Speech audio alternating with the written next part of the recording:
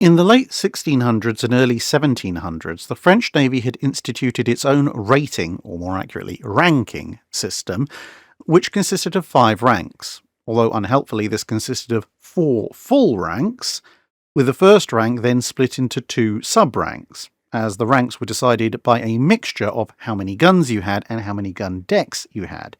The split in the first rank ships being over whether they had more or less than 100 guns on 3 gun decks. As the 1700s wore on, this system gradually began to collapse, with most of the ranks disappearing in favour of standardised ship armaments as a comparator.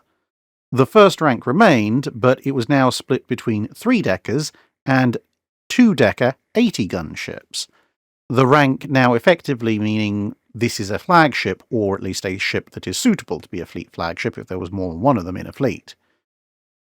While they were about twice as common as the 3-deckers, the 80-gunners was still rare enough to be effectively one-off ships, a pattern which continued into the late 1700s as the first rank finally became purely the 3-deckers, and the 80-gunner was moved off to its own category with all the other ships, ordered simply by the number of guns they carried.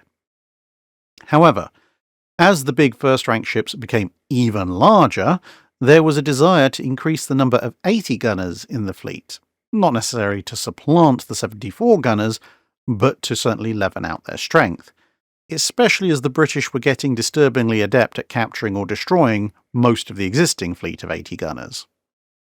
To this end, Jacques-Noël Sane, or possibly Sane, was brought in. He'd already standardised what we would call the French third rates with his 74-gun Téméraire class, and the first rates with the 118-gun Océan class. So now it was the 80-gunners' turn, and he thus came up with the Tonnant class, the lead ship taking the name of the first 80-gunner to enter French service almost half a century before.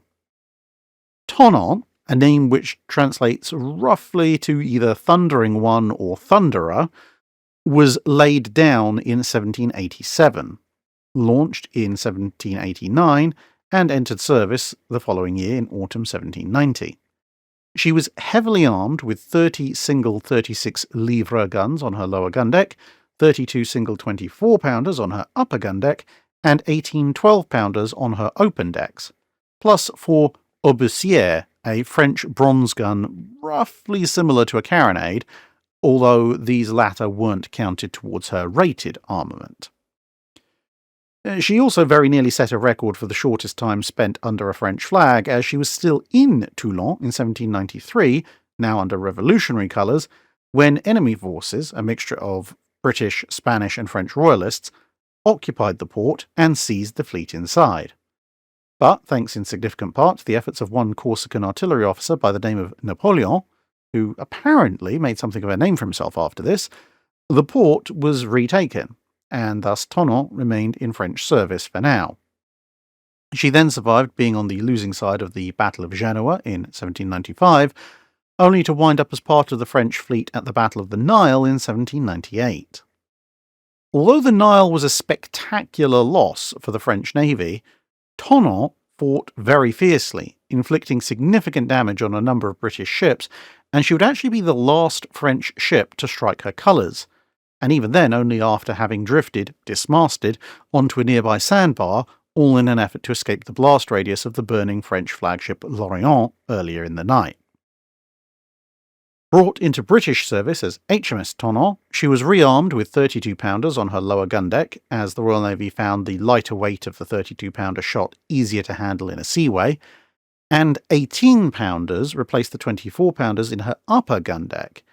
This was more in an effort to try and mitigate the significant hogging that the long hull form of the French 80-gunners experienced during prolonged periods at sea. The quarterdeck and forecastle guns were generally replaced by a wide and interesting variety of heavy carronades. She was then put straight back into service, actively blockading France, sharing in the capture of a number of prizes, before eventually turning up as part of Nelson's fleet at Trafalgar. Once she'd been repaired of the damage she took in that particular engagement, She was back on blockade and prize-taking duty all the way through until late 1812, when she was finally taken in hand for another repair. Having been patched up, she was then dispatched to the Western Atlantic to assist in the War of 1812, where she would play a small part in American history by hosting, among others, Francis Scott Key for a dinner. His subsequent travels back from Tonnant to the American shore meant that Key was in a prime position to witness the bombardment of Fort McHenry, which led to him writing the Star-Spangled Banner, which in turn became the US national anthem. After being the flagship of the naval element of the Battle of New Orleans, she returned to the UK, where she would patrol home waters for a few years before being placed in reserve in 1818, after which an assessment of her often battered and now somewhat worn hull concluded it was probably best to just break her up, which was then done in 1821. That's it for this video. Thanks for watching. If you have a comment or suggestion for a ship to review, let us know in the comments below. Don't forget to comment on the pinned post for dry dock questions.